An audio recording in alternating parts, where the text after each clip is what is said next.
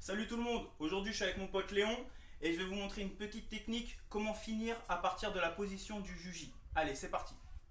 Ok, donc on est en situation de combat et on est en position de juji.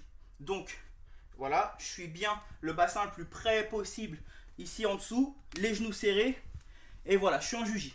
Souvent c'est très dur de finir parce qu'il va venir serrer là, serrer, se tenir. Donc là, je vais vous montrer une petite solution de comment on pourrait faire. Donc, genou serré toujours. Et là, je sens que ça va être dur qui va serrer.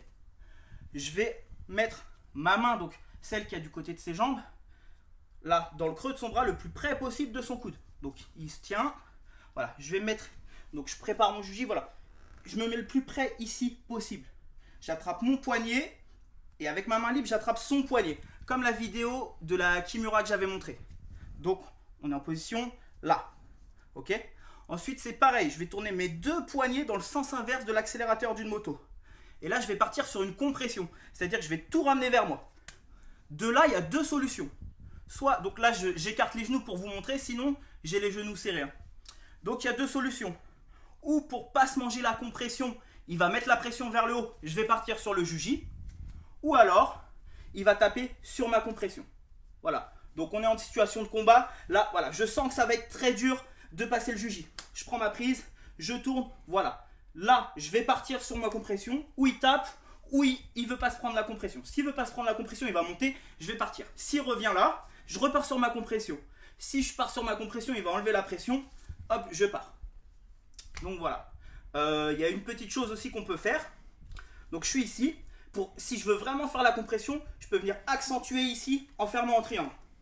Voilà, je viens ici au final.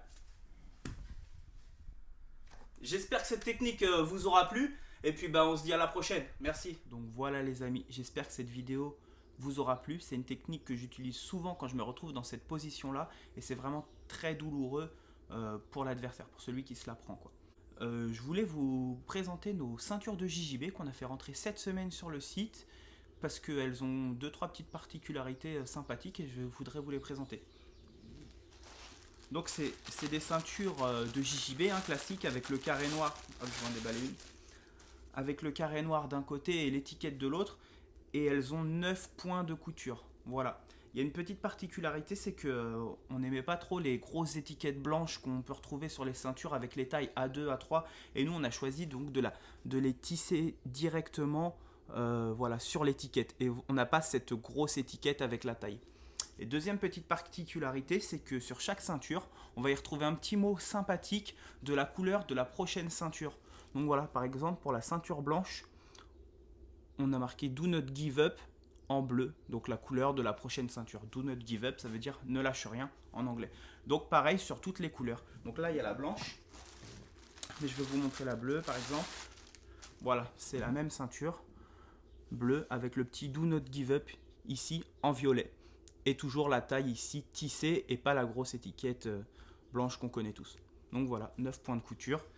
Et on les a donc bien sûr sur les 5 couleurs, blanche, bleue, violette, marron et noir. Elles sont disponibles sur notre site, donc je vais mettre le lien dans la description. Effectivement, on a fait rentrer quelques articles sur notre site cette semaine. Donc short, rash-guard à manches longues, rash-guard pour femmes, ceinture. Et bien évidemment, tous ceux qui ont un kimono, donc les séries limitées Guruma, vont gagner ça par tirage au sort comme d'habitude. Je m'adresse à ceux qui ne savent pas, qui ne connaissent peut-être pas le concept de notre kimono. Si vous achetez un kimono Guruma, sur l'étiquette du bas de la jupe, vous avez un numéro. Et nous, à chaque fois qu'on sort un article, on fait un tirage au sort et on vous fait gagner directement cet article-là si vous avez été tiré au sort. De toute façon, en description, je vais mettre la vidéo qui parle vraiment du concept de ce kimono-là. Et puis, je vais mettre notre site en description aussi. Voilà, c'est tout pour nous. Et puis, j'espère que cette vidéo, cette technique, cette présentation vous aura plu. On se dit à la prochaine.